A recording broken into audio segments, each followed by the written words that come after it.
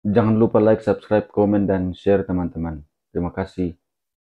Saya berharap dengan kesaksian saya ini bisa membawa berkat untuk semuanya juga, untuk keteguhan iman kita kepada Tuhan Yesus Kristus. Nama saya Pia Asaat, itu nama panggilan saya. Asaat adalah nama keluarga saya. Saya ini lahir dari 5 bersaudara, saya yang paling tua. Tapi di saat saya umur 14 tahun, ibu saya meninggalkan kami semua. Dan adik saya yang paling kecil adalah 2,5 tahun. Saya minta maaf setiap kali saya mengingat ini, menceritakan ini, kejadian itu selalu membuat saya bersedih. Gitu. Walaupun saya tidak mengalami lagi penyesalan mama saya meninggalkan kami. Hanya kejadian itu membuat saya sungguh mempunyai pengalaman yang luar biasa pahitnya di saat saya masih kecil. Jadi umur 14, kami ini orang Muslim. Kami orang Minang, mama dari Pariaman dan papa dari Bukit Tinggi. Benar-benar keluarga yang fanatik untuk agama Islam. Jadi umur 14 tahun saya tinggal mama, di mana saya baru sekali saya dipanggil guru ustadz itu, ustazah, untuk mengajarkan saya membaca Iqra, kalau nggak salah ya, gitu. Karena saya nggak begitu mengerti sebenarnya. Tapi setelah beberapa bulan, ternyata saya nggak bisa ngikutin cara membacanya itu. Kemudian saya stop. Kemudian mama saya meninggal. Kami semua dalam keadaan yang luar biasa sedihnya. Tapi ya kita harus menjalankan hidup itu. Kemudian dengan berjalannya waktu, saya harus mengurus adik-adik saya. Tapi saat itu saya sekolah memang di Tarakanita, yang kebetulan sekolahnya di sebelah rumah saya. Dari SD Tarakanita sampai saya sekolah selesai di Smea. Di kelas 3 SD itu, kami ini, kalau dulu Islam dan Kristen itu atau agama lain tuh gak ada masalah. Jadi kita yang Muslim, semuanya sekolah di sekolah Kristen pun nggak masalah, sekolah Katolik, sekolah apa ya, nggak masalah itu. Nah, kemudian setelah umur 9 tahun ya, kelas 3 itu kami semua harus ke gereja. Orang tua saya juga tahu, kita ke gereja memang harus, itu wajib. Kelas 3 kita masuk gereja. Kemudian saya sampai sekarang saya tidak pernah lupa bagaimana gereja itu membuat saya nyaman. Padahal saya masih kecil ya waktu itu. Waktu itu mama saya juga belum masih sakit-sakitan lah dia. Jadi saya masuk gereja itu, saya merasa kok ini tempat ini adalah tempat favorit saya. Setiap hari Jumat pagi-pagi, seminggu sekali kita wajib pergi ke gereja. Dan saya suka cerita sama mama saya bahwa saya ke gereja. Nah, mama saya saat itu memang sering sakit-sakitan, asmanya, sering kambuh. Jadi setiap saya pulang sekolah, saya selalu datang ke kamar mama saya yang hampir memang setiap hari beliau itu sakit terus. Jadi saya setiap hari pulang sekolah, saya selalu masuk kamar mama saya lihat mama saya kadang-kadang ya tidur, kadang-kadang ya saya datang ya dia membuka matanya gitu. Tapi karena asmanya itu memang asma yang sudah akut, ya paling mama hanya tersenyum aja, udah pulang Pia gitu ya. Tapi kalau mama nggak bangun saat itu, nggak melek gitu, nggak buka matanya, saya selalu melihat mama ini masih ada nafasnya atau enggak, selalu begitu. Nah, jadi setiap hari saya sepenuh ketakutan. Papa saya juga sibuk dengan kerjanya. Saya harus juga mengawasi adik-adik saya. Ya, waktu berjalan akhirnya umur 14 tahun mama saya di umur 38 tahun, beliau meninggalkan kami dan saya umur 14 tahun dan adik saya yang paling kecil 2,5 tahun. Kita berlima. Uh, harus berjuang, terutama saya. Kemudian di kelas 2 SMEA itu, Tarakanita juga, saya ini ikut retret. Kemudian saya begitu senang kalau ikut acara-acara ke Kristenan itu, saya senang sekali gitu. Kemudian teman saya ini setelah 20 tahun 40 tahun saya ketemu dia, dia bercerita sama saya bahwa waktu di SMEA itu kita retret, saya itu dipegang kepalanya oleh Romo, kemudian saya setelah itu menangis. Itu cerita dia kemudian. Jadi dia bilang, Pia, saya tuh nggak heran kalau kamu akhirnya memilih percaya Tuhan Yesus. Ternyata saat itu mungkin Roh Kudus sudah menjamah saya. Jadi saya memang sangat selalu merindukan untuk masuk gereja. Dengan berjalannya waktu, akhirnya saya menikah di umur setelah saya sekolah SMEA lulus, saya menikah. Mengapa saya menikah? Karena pertama saya harus mengurus adik-adik saya, kedua papa saya juga belum married juga, ketiga saya menghindari sebenarnya papa saya untuk berlaku sedikit kasar gitu ya, karena ya saya coba mengerti bahwa beliau ini sendirian, nggak ada mamah gitu. Jadi saya tahulah pasti rasa kesepian itu dia rasakan yang kadang-kadang mungkin dia lampiaskan kepada anak-anaknya. Kemudian saya menikah, saya baru mempunyai anak satu dan juga dia Muslim. Saya ditinggal sama suami saya. Kemudian 2,5 tahun kemudian dia minta kembali lagi. Padahal sebelumnya papa udah bilang, udahlah kamu pisah aja. Tapi saya berpikir kan saya ini orang Muslim, janganlah saya merusak nama saya hanya dengan perlakuan suami saya saat itu seperti itu. Ya saya coba untuk bertahan. Saya hanya percaya Tuhan itu ada untuk saya. Jadi sejak kecil saya cuma percaya bahwa Tuhan itu ada. Cuma saya belajar sholat, saya sholat, tapi saya tidak merasakan bahwa setiap kali saya menangis pada saat sholat, saya setelah itu merasakan damai, nggak pernah ada. Saya hanya bertanya, kenapa ya Tuhan, engkau kemana? Aku kehilangan mamahku, aku akhirnya bercerai juga di tahun 89. Saya harus membawa 2 anak. Kemudian saya percaya bahwa saya minta cerai dari suami saya karena ya ada KDRT-nya juga dan perselingkuhan dari dia. Cuma saya percaya, saya membawa 2 anak, Tuhan akan membantu saya. Saya cuma bilang, Tuhan, saya membawa 2 titipan Engkau yang Kau titipkan kepadaku, pasti Engkau tidak akan menelantarkan saya dan anak-anak. Walaupun saat itu gaji saya hanya mungkin cukup makan juga enggak.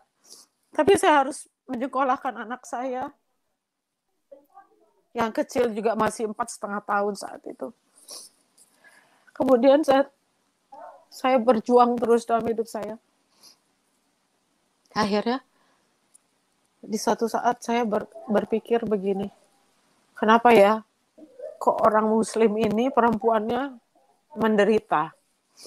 Pertama, dia boleh di poligami, suami boleh istri 4.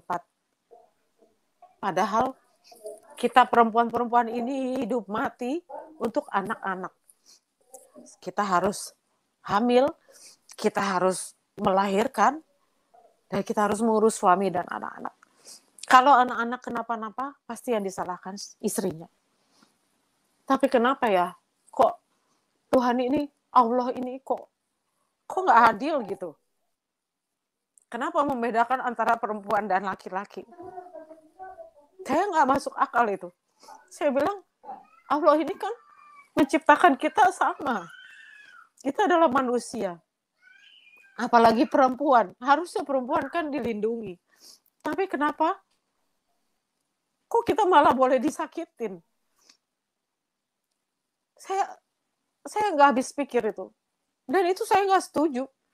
Saya nggak setuju. Ditambah lagi, saya mengurus warisan saya. Orang perempuan itu hanya mendapatkan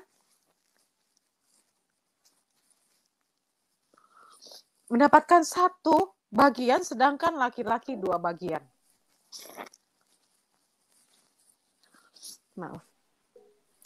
Saya sampai, bagaimana kalau si perempuan ini seorang janda?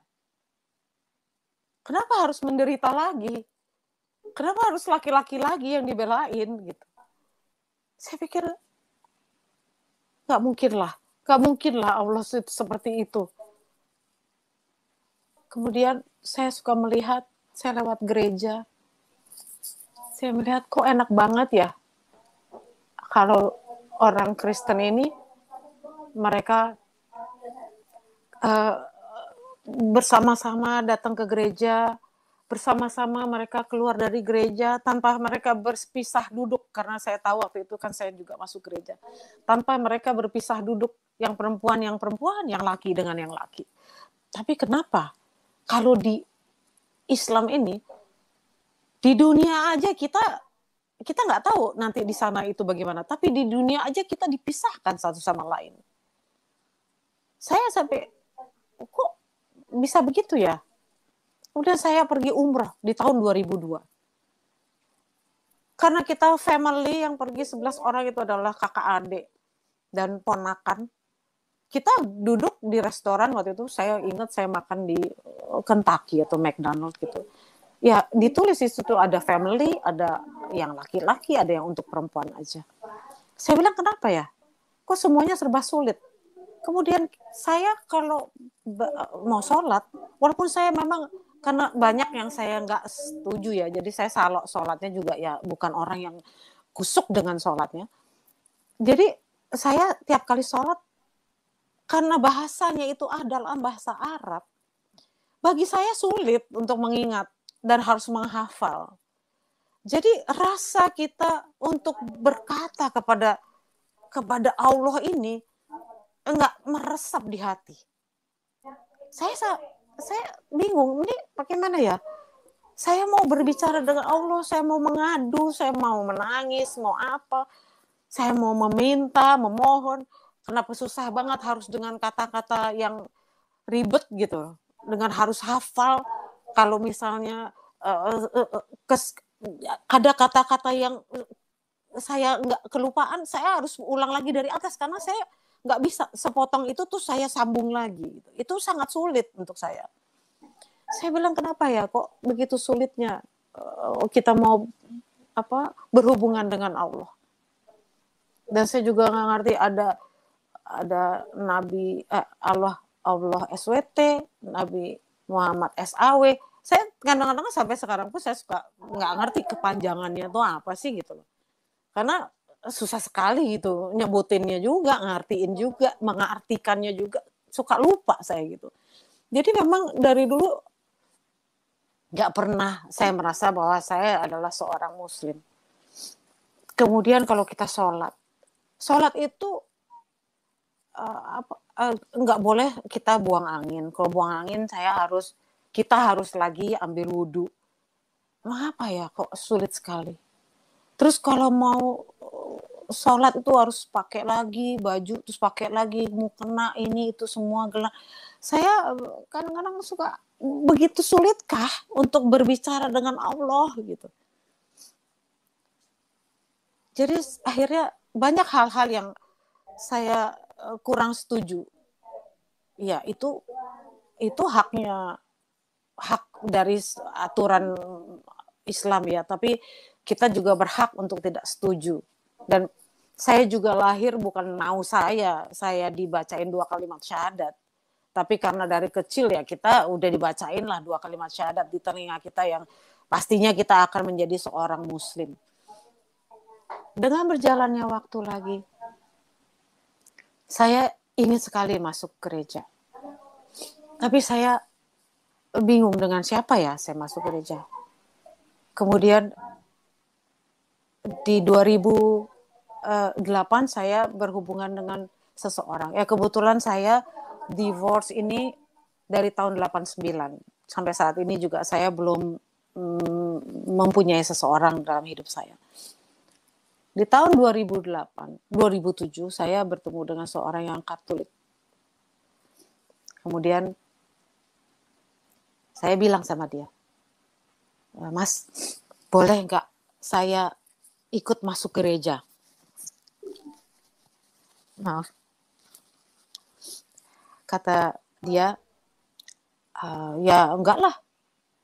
Nanti orang pikir kamu saya bujuk-bujuk masuk gereja atau memilih jadi Katolik. Kebetulan dia Katolik. Oh ya sudah kalau begitu.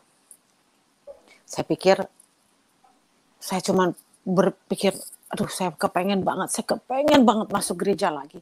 Karena lagu-lagu Natal semuanya tuh, saya tuh merasakan selalu meresap di hati saya. Doa Bapa Kami pun, Salam Maria, kemuliaan itu saya hafal. Walaupun saya udah gak pernah lagi masuk ke dalam gereja. Lagu-lagu Natal saya hafal. Kemudian di 2010 saya pisah dengan Mas ini karena satu dan lain hal. Jadi itu saya pergi ke Bangkok. Kebetulan di sana ada teman saya, dia orang Inggris dengan keluarganya.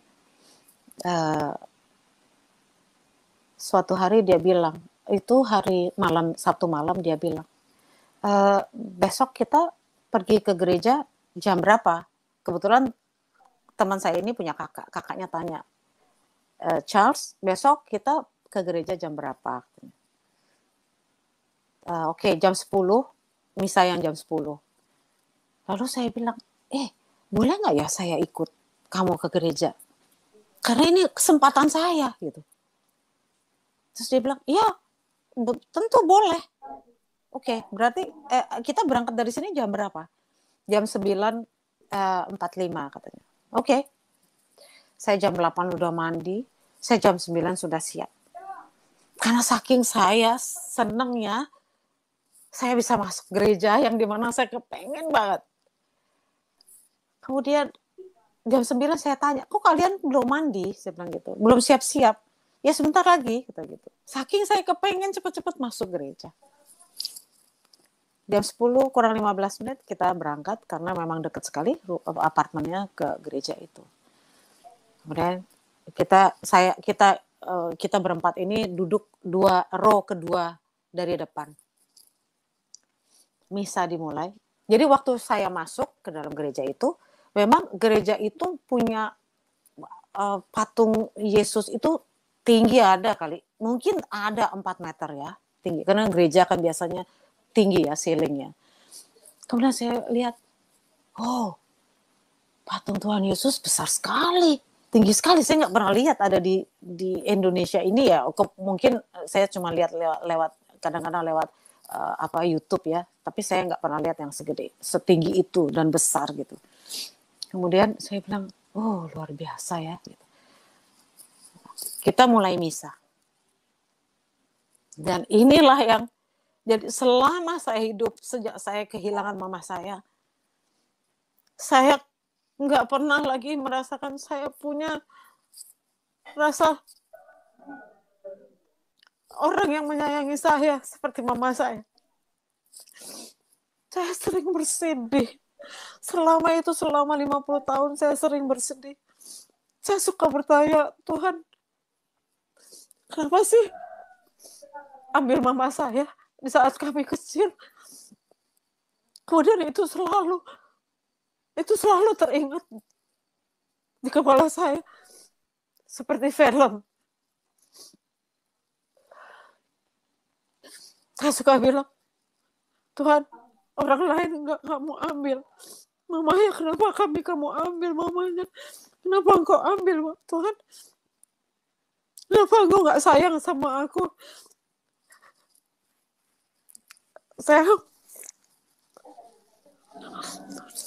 Walaupun saya punya suami, saya mencintai dulu, tapi saya masih merasa dalam hidup saya ada yang kosong.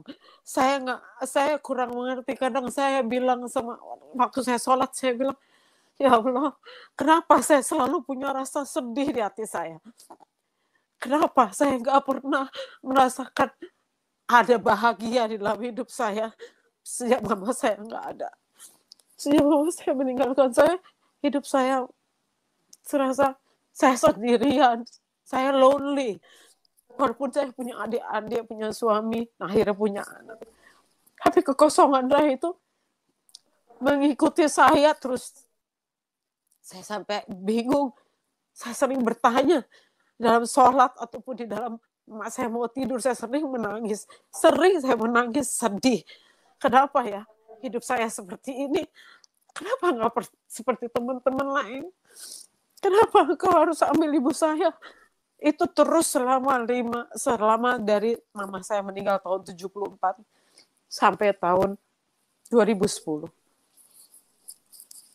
Kemudian di dalam gereja itu, waktu kita lagi misa itu kan, kita semuanya berlutut. Pada saat berlutut, saya menundukkan kepala.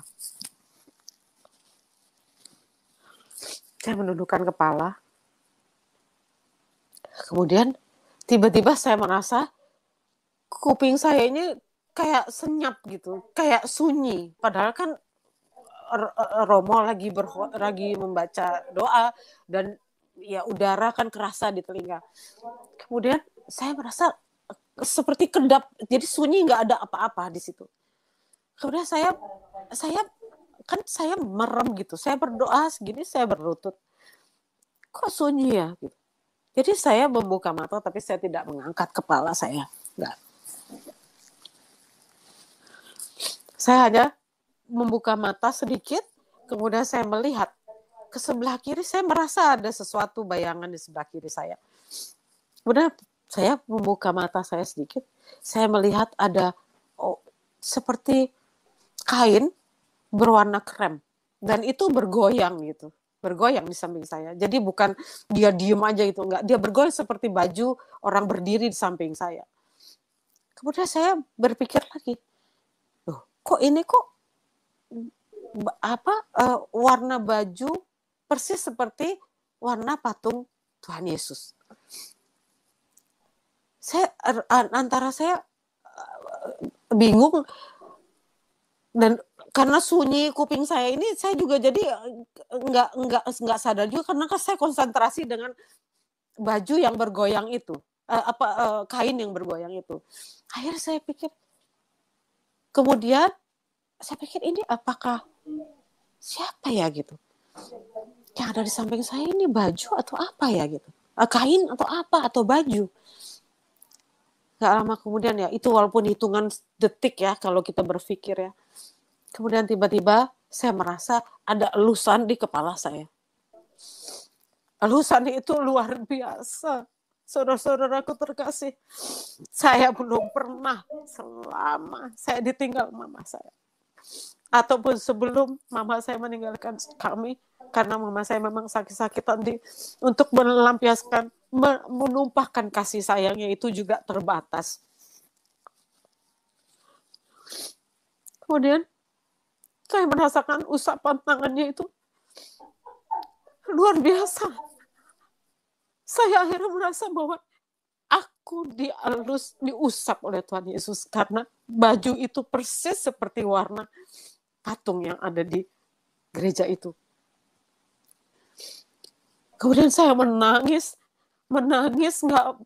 saya tidak bisa menahan air mata saya, karena saya merasakan betapa kasih yang dia limpahkan untuk saya itu luar biasa. Saudara-saudaraku terkasih, saya nggak bisa memberikan bayangan ini kepada semuanya, nggak bisa.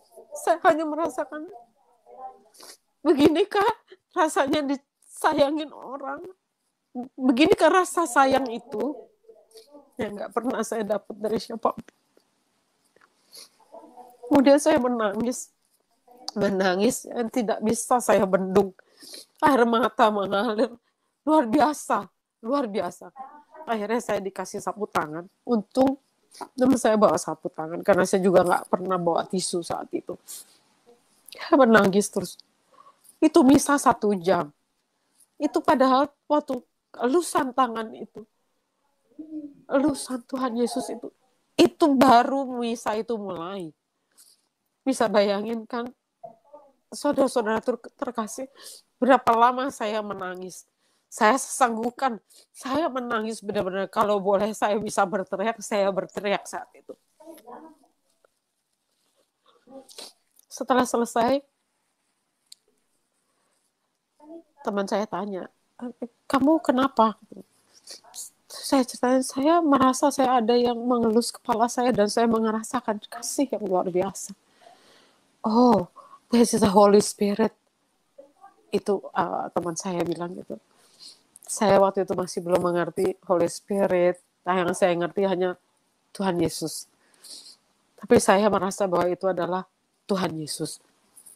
Saya keluar dari samping gereja itu, saya lewat samping. Kemudian pas kita menunggu supir datang menjemput, teman saya, supirnya datang, saya melihat ke atas. Saya bilang, ternyata dunia ini terang benderang ya. Karena mata saya itu tidak berkabut lagi. Mata saya sangat terang benderang. Saya bilang, begini indahnya kah dunia ini? Saya nggak pernah melihat bahwa hidup saya begitu, sekarang bisa melihat begitu jelas bahwa dunia ini adalah dunia.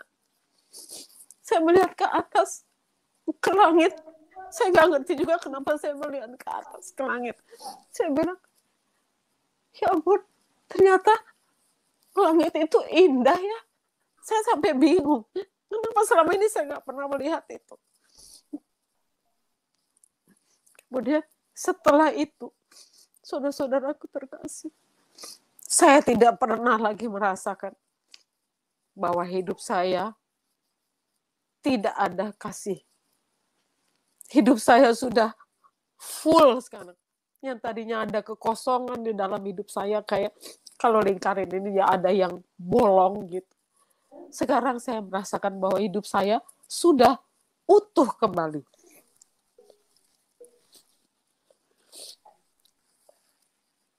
Saya begitu, itu betapa bahagianya hidup saya. Benar-benar perasaan saya tidak pernah lagi ada rasa sedih. Saya sendiri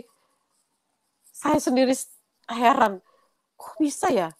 Karena waktu itu saya belum belajar ya, jadi saya hanya merasakan bahwa Tuhan Yesus itu ternyata sayang ya sama saya.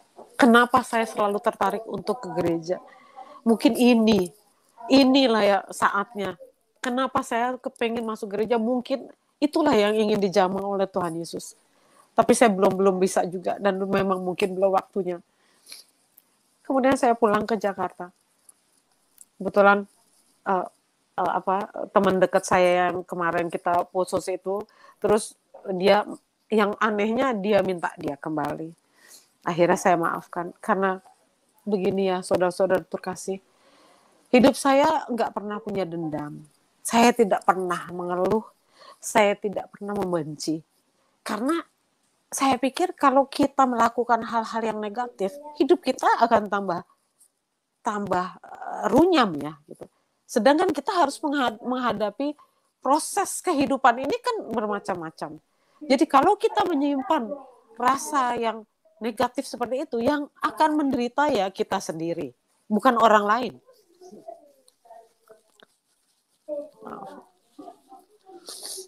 Karena orang lain, kalau kita membenci orang, kan orang lain nggak tahu kalau kita benci. Jadi untuk apa saya membenci? Enggak. Jadi saya pikir saya tidak mau merusak perasaan saya, dan saya percaya Tuhan selalu bersama saya dan anak-anak saya. Saya dicaci maki, saya nggak pernah. marah. Malah saya bilang, oh kamu belum tahu siapa saya, makanya kamu mencaci maki saya. Saya nggak masalah itu.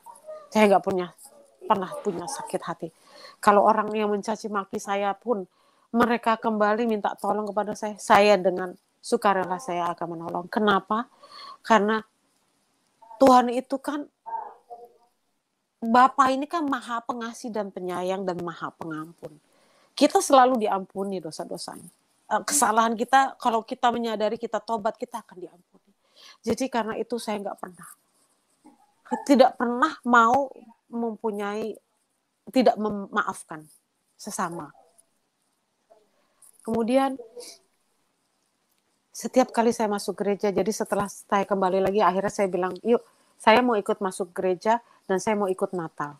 Saya Natalan. Jadi saya senang banget saya bisa Natalan. Tapi kalau di Katolik kan kita baca doa anak domba, ya kan? Nah, di saat itu saya selalu menangis, saudara-saudaraku terkasih. Mengapa? Karena saya berpikir, Tuhan Yesus itu disiksa seperti itu, dia tidak mengeluh. Bayangin, kita manusia ini hanya sedikit aja punya masalah di dalam hidup, selalu sudah mengeluh.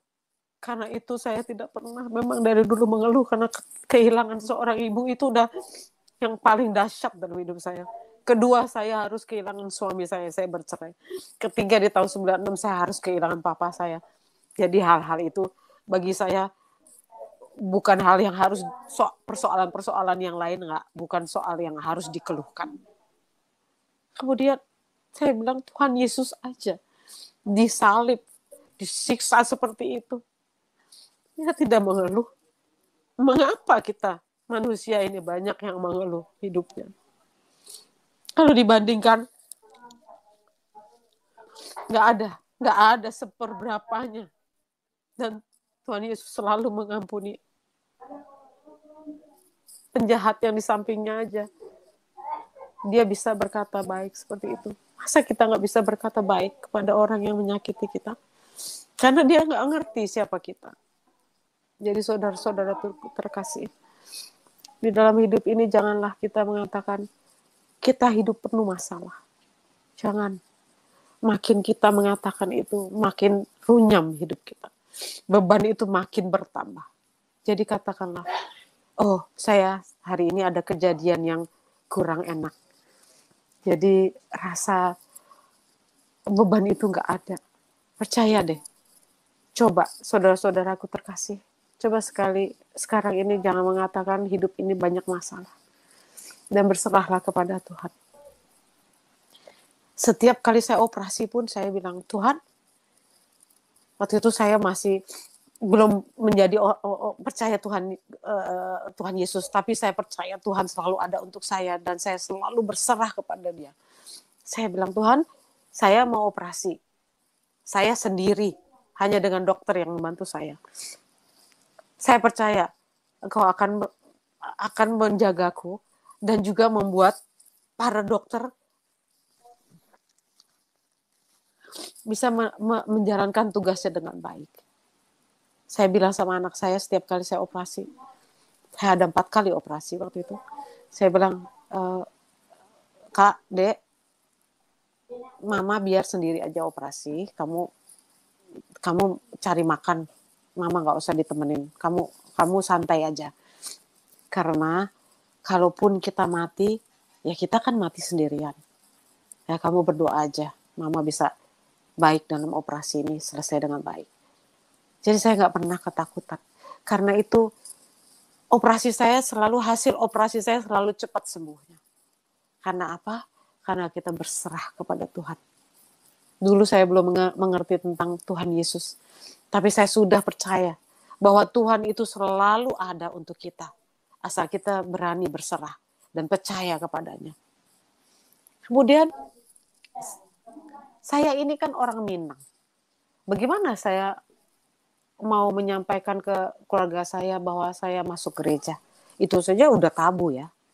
5 tahun dari 2010 sampai 2015 saya sambil belajar dan saya juga masuk gereja.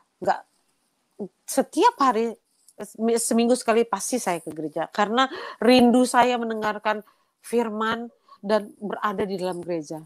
Itu luar biasa. Karena setiap kali saya berada di gereja mendengarkan firman, selalu itu adalah jawaban dari apa yang saya inginkan. Atau konfirmasi dari apa yang saya inginkan. Jadi memang saya ke gereja mencari firman untuk memberikan saya kekuatan atau memberikan jawaban dari kejadian-kejadian yang saya harus selesaikan. Itu luar biasa. Kadang juga saya suka datang sendiri ke gereja walaupun gereja mati lampu, tapi saya datang hanya untuk merasakan seperti ada Tuhan Yesus dekat saya gitu.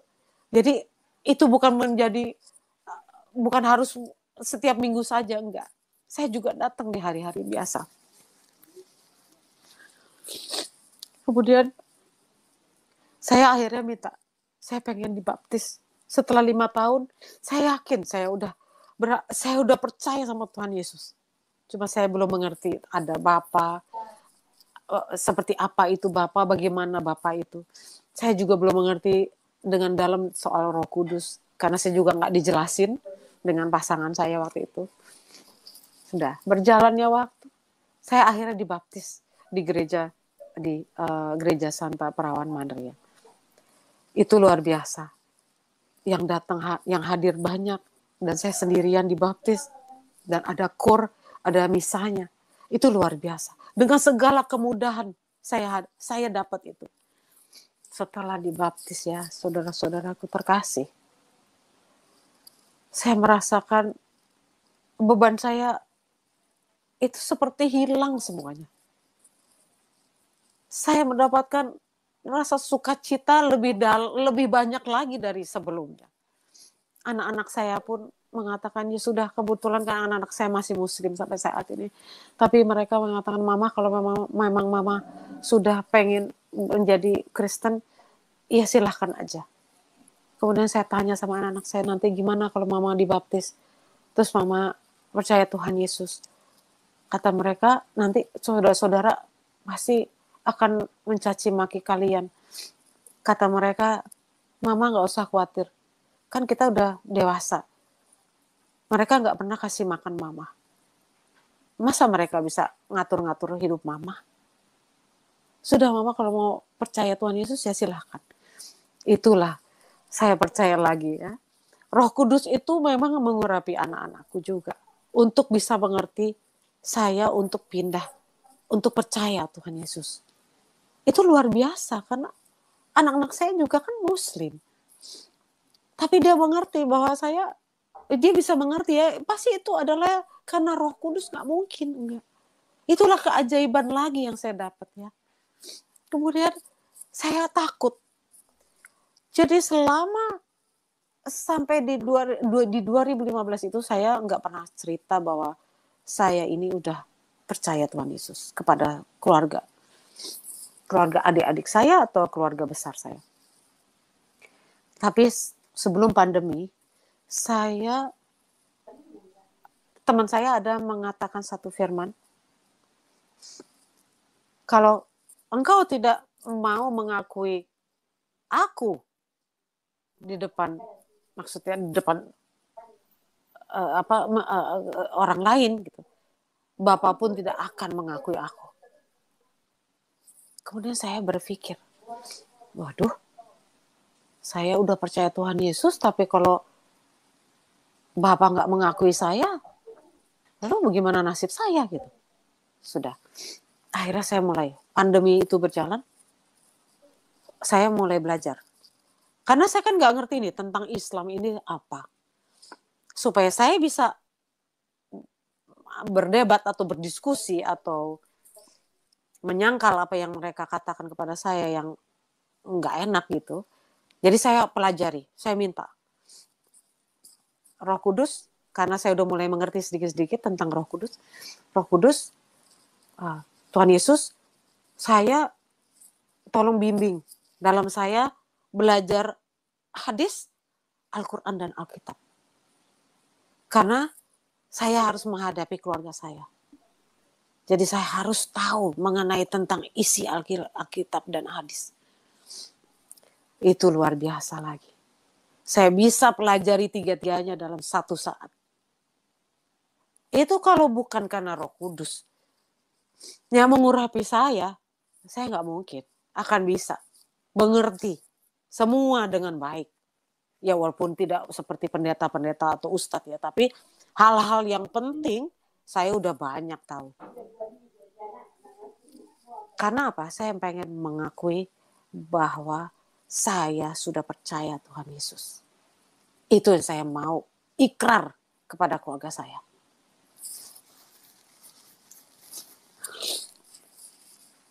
Akhirnya 1,5 tahun saya belajar.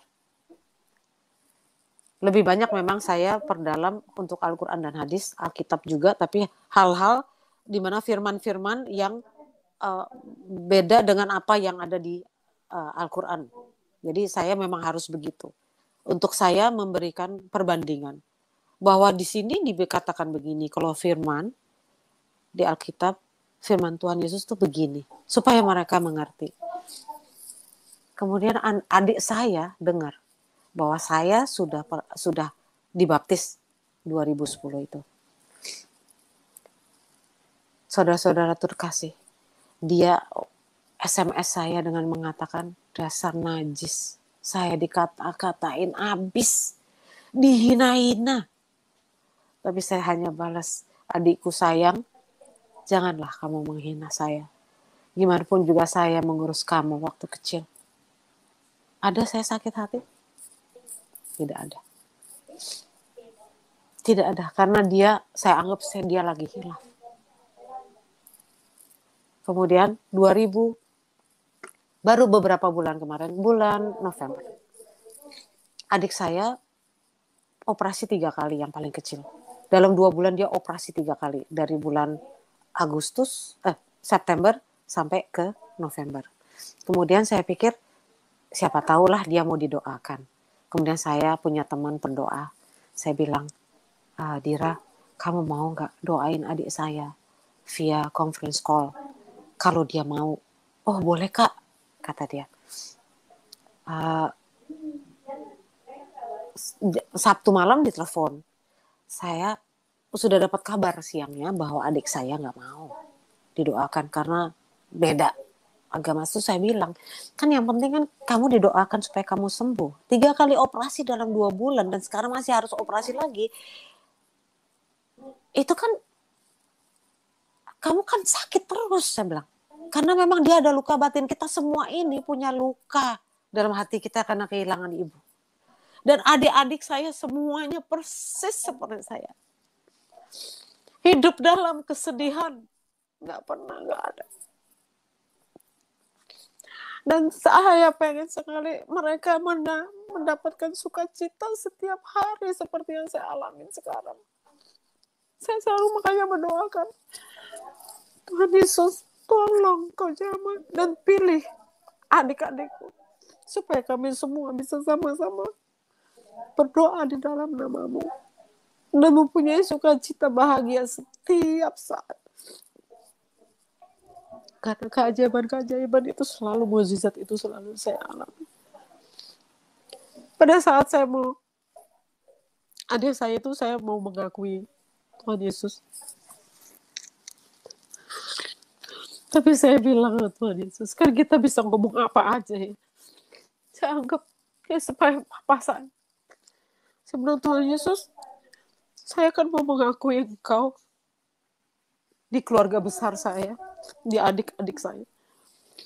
Saya mohon, Tuhan Yesus, mereka gak menghina saya karena Engkau. Walaupun aku tahu, aku akan kuat untuk itu. Tapi saya kasihan sama mereka kalau sampai mereka menghina aku karena Engkau. Saya minta itu. Tapi rupanya adik saya yang sangat fanatik itu tahu, tapi dia gak apa-apa. Saudara-saudara saya, tante saya tahu, mereka gak apa-apa. Itulah keajaiban lagi, mukjizat dari Tuhan Yesus yang diberikan untuk saya. Kembali saya kepada adik saya. Ternyata dia nggak mau. Akhirnya Dira bilang ke saya, Kak, mau nggak kakak aja yang doain? Wah, boleh deh Dira. Kemudian dia berdua sama dia, kita conference call. Setelah selesai, tiba-tiba di telinga saya mendengar dikatakan baptis lagi. Nah, saya heran, kok baptis lagi gitu. 3 kali itu disebut. Akhirnya saya telepon kembali ke Dira. Dira, ini kok saya di telinga saya dikatakan baptis lagi, maksudnya baptis selam. Saya pengen baptis selam sih kalau memang harus baptis lagi, saya bilang. Karena baptis di kaldu tuli kan itu baptis percik. Kemudian, ya udah Kak, itu berarti bisikan Roh Kudus. Wah, luar biasa Kakak. Dia bilang gitu. Kemudian saya cari tahu di mana saya bisa dibaptis selam. Saya sampaikan ke teman saya bilang, namanya Emmanuel, Mas, aku ada bisikan untuk dibaptis lagi. Kira-kira di mana ya Mas ya? Pada saat begini pandemi ya gitu. Dia bilang, oh ya Mbak, nanti kalau ada saya hubungin. Gak berapa lama ya, kira-kira mungkin 2 minggu. Tiba-tiba dia hubungin, dia kasih postingannya bahwa ada baptis dalam Kristus itu tanggal 11 bulan 12 tahun kemarin 2021 yang mengadakan itu GCCC itu Pastor Yosua Tumakaka. Kemudian saya bilang, saya mau deh, tapi saya mau ketemu dulu dengan Pastor Yosua. Nah, saya ketemu dengan beliau.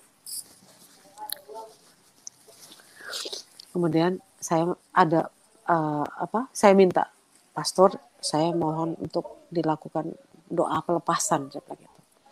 Kemudian dilakukan. 5 hari kemudian saya dibaptis. Itu memang ajaib ya. Saya itu mukjizat luar biasa.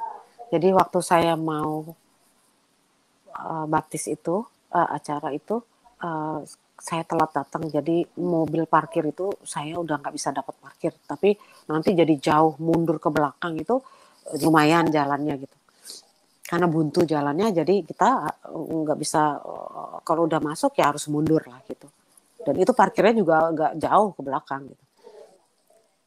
Tapi tiba-tiba si yang ngatur-ngatur parkir itu manggil saya gitu, jadi saya maju.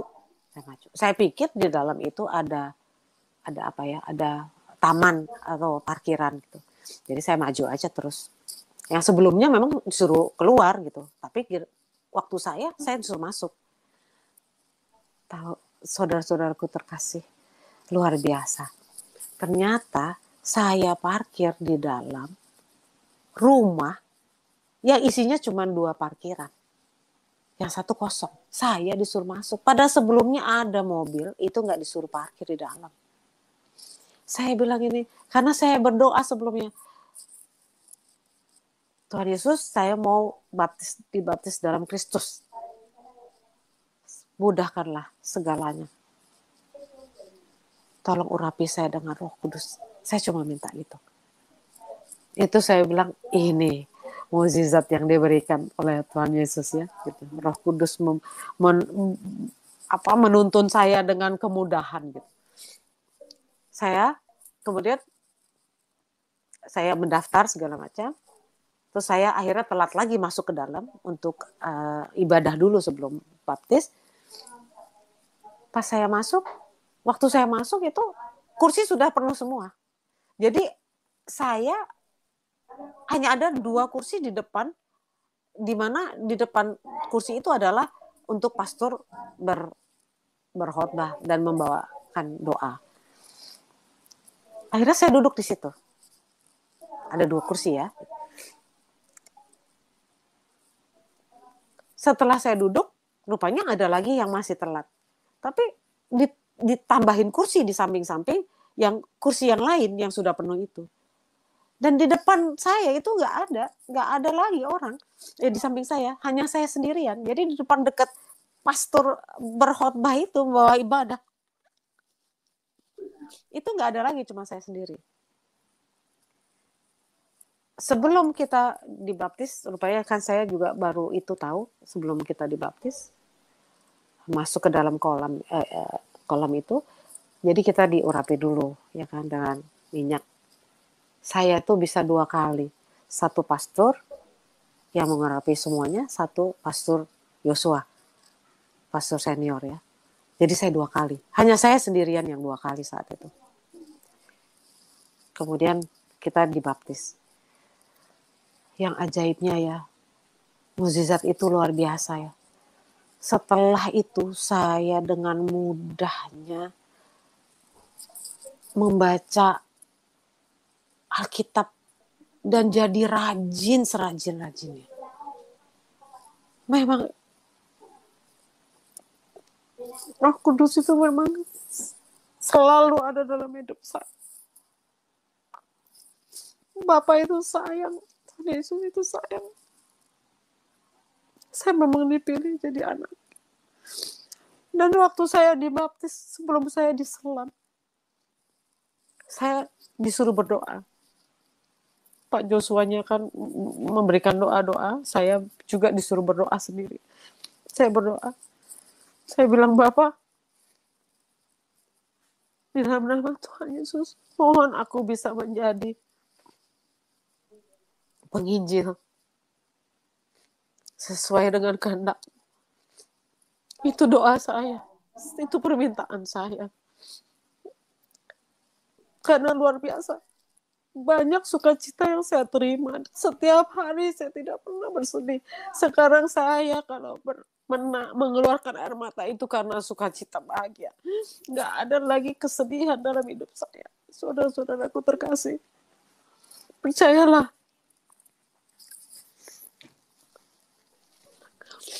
Percayalah kepada Tuhan Yesus. Karena engkau akan mendapatkan sukacita. Dan ternyata baru saya tahu bahwa Tuhan Yesus itu adalah terang dunia. Karena itu saya melihat dunia ini terang setelah saya diusap kepalanya. Kepala saya diusap, saya baru lihat. Ternyata dunia ini terang. Ya itulah ternyata setelah saya mulai membaca firman, ternyata di situ ada dikatakan bahwa Tuhan Yesus adalah terang dunia. Luar biasa. Kemudian saya minta sama Pastor Yosua atau Kakak, Pastor, bisa nggak sih saya menjadi murid supaya saya bisa membawa jiwa-jiwa baru, bisa membawa domba-domba yang sesat supaya kembali percaya kepada Tuhan Yesus dan Bapa surgawi. Kemudian ya kamu akan menjadi saya akan didik kamu menjadi murid Tuhan Yesus. Saudara-saudaraku terkasih, saya sudah membawa satu jiwa baru. Dia Muslim dan satu dia Kristen, tapi dia memang dalam keadaan yang hidupnya ya penuh kesedihan. Mereka sudah dibaptis lagi dalam Kristus dan masih menunggu 4 orang lagi yang akan dibaptis dalam Kristus dalam waktu dekat. Saudara-saudaraku terkasih, demikianlah mukjizat Bapa ini di dalam nama Tuhan Yesus Kristus selalu menyertai saya dengan Roh Kudus. Percayalah, berserahlah dalam hidup ini. Pasti engkau akan mengalami sukacita tiap hari. Dan tidak pernah merasa bahwa kita mengalami hal-hal yang tidak enak. Karena semua kalah. Karena kita percaya Roh Kudus ada dalam hidup kita. Semoga pengalaman saya ini berguna untuk memperkuat iman-iman saudara-saudaraku terkasih. Dan siapapun yang belum mengenal Tuhan Yesus Kristus, percayalah. Coba mengenal Dia. Sukacita, bahagia akan selalu hadir dalam hidup.